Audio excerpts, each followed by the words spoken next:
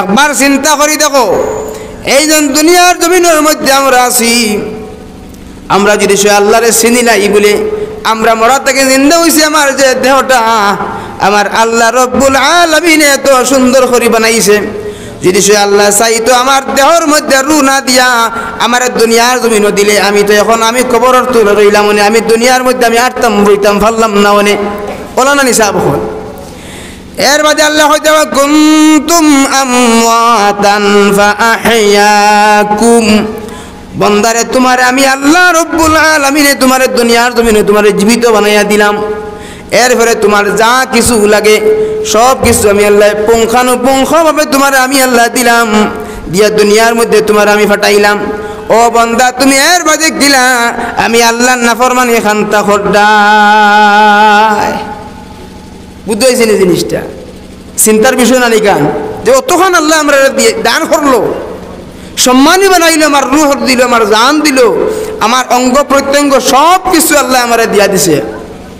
এর বাদে আমার ও তখন যখন দিছে আল্লাহ, ওখান দিয়ে আমি আল্লাহ নাফরমানি করি, আর ও খান দিছে আমি আমার নাফরমানি করি, আর খান ওখান দিয়া ইয়ারফোন লাগাই আমি গান শুনি, আর যদি আমরা দিল মুর্দা হয়ে যায় কুফরি। যদি সে খানোর মর্ম আপনি বুঝতাম, আপনি খান দিয়ে আপনি দুনিয়ার জমিনে আল্লাহ নাফরমানি যে বস্তু আছে এগুলো আপনি শুনতা না। যদি সে আপনি আল্লাহর ডর আপনার ভিতরে থাকতো, আপনি আল্লাহ চিন্তা, তাহলে আপনি কোনো সময় সেই ফাও দিয়া আল্লাহর নাফরমানির মধ্যে আপনি যাইতা না।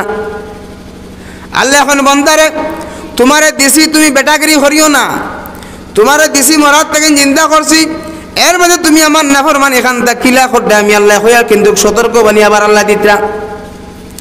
সুম্মা ইউমিতুকুম সুম্মা ইউহয়িকুম সুম্মা ইলাইহি তুরজাউন। আল্লাহু আকবার।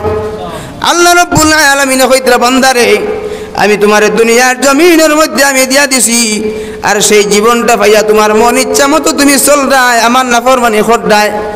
আমি আল্লাহ রাব্বুল আলামিনে জানাই দিয়ার বান্দারে, আমি যে আল্লাহ বানাইছি সেই আল্লাহ তোমারে আবার আমি মৃত্যুবরণ করমু, আবার তোমারে মৃত্যু আমি দিমু, তুমি মৃত্যুবরণ করবায়।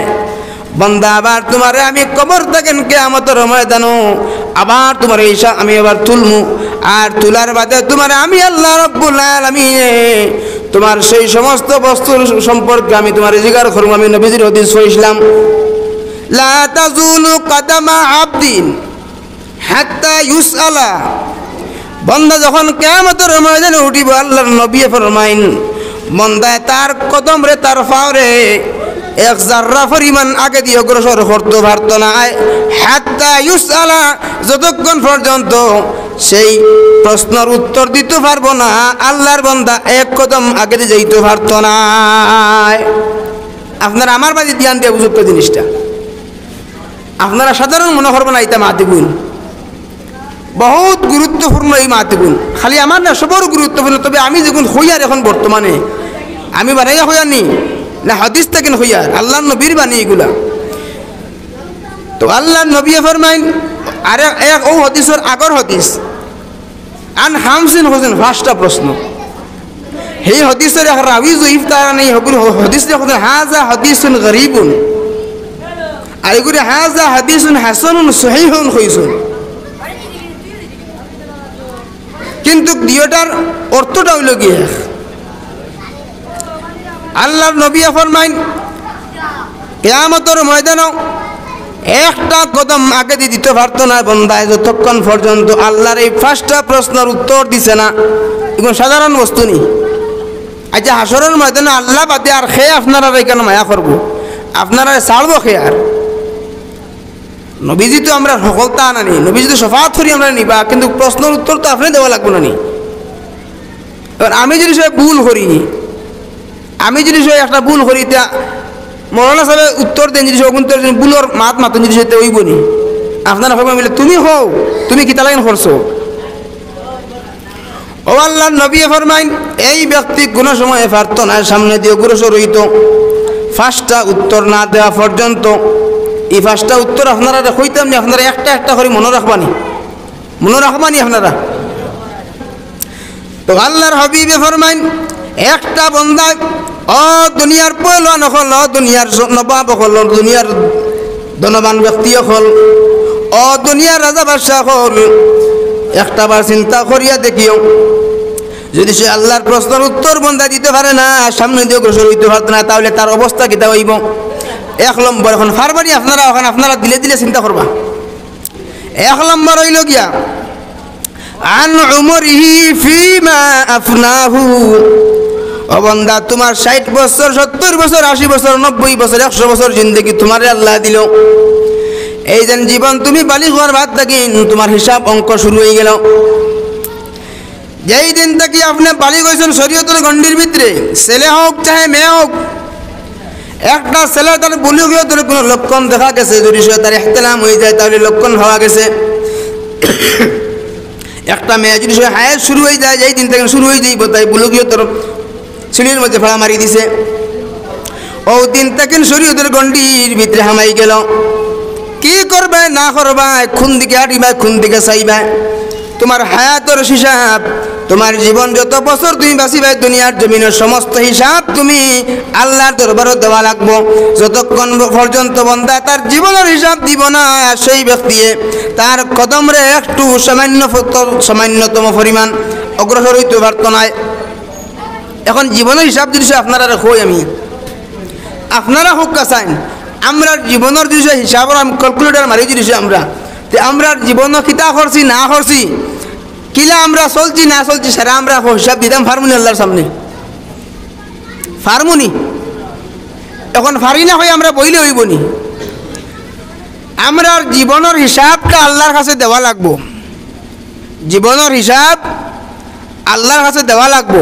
এখন আপনারা যেন ওখানের মাঝে আইয়া বইছেন যারা, এরা তো ওখানে হইতে পারবে না বলে আল্লাহ দুনিয়ার দিসলা বা আরো সুযোগ পাইছি, আর ওগুলা মরারগুল মসজিদের মাঝে ওয়াজ হয়েছিল, আমরা ওখানেও বইছি গিয়া ও সামান্য পালা এখন খাম দেখাইতে পারবে না নি আপনারা?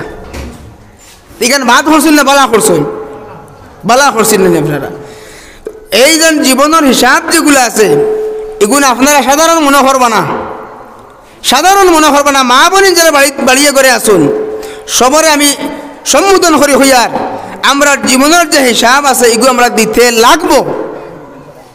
যদি সে দেওয়া লাগে তো আমার হদিসকে দেখানো হয়েছি, হদিসে আমরা অস্বীকার করা লাগবে।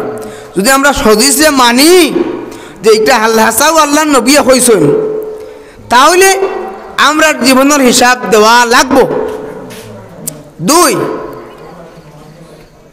ওয়ান ইলমিহি ফিমা ফাআলা, 2 নম্বরে আল্লাহ জিজ্ঞাসা করবে বান্দা দুনিয়ার জমিনের মধ্যে তুমি জ্ঞান অর্জন করছো, তুমি যা কিছু জানছো, এগুলি আমরা মনে করি খালি মেয়াসা বখন মূল্যায়নতে পড়েছিল, তারা তো শরীয়তের লাইনে চলতা, বাদ বাকি আর শরীয়তের ব্যাপারও নাই। আচ্ছা ইলা কোনো সাহায্য হল আপনারা হোক আছে সহ্য আসুননি, আপনারা হইতে পারবানি বলে আমি জানি না ওখান বাদ আর ওখান বালা। আচ্ছা নমাজ পড়া এখান বালা না বাদ? না পড়া কিতা বাদ?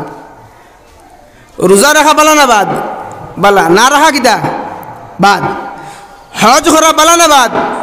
বালা। না করা বাদ। ওর লাগি যার হজ ফরজ আছে সবর লাগিন বাদ নাই, কিন্তু নামাজ রোজা ইগুন তো প্রত্যেকের লাগিন নানি, প্রত্যেক মানুষের লাগিয়া।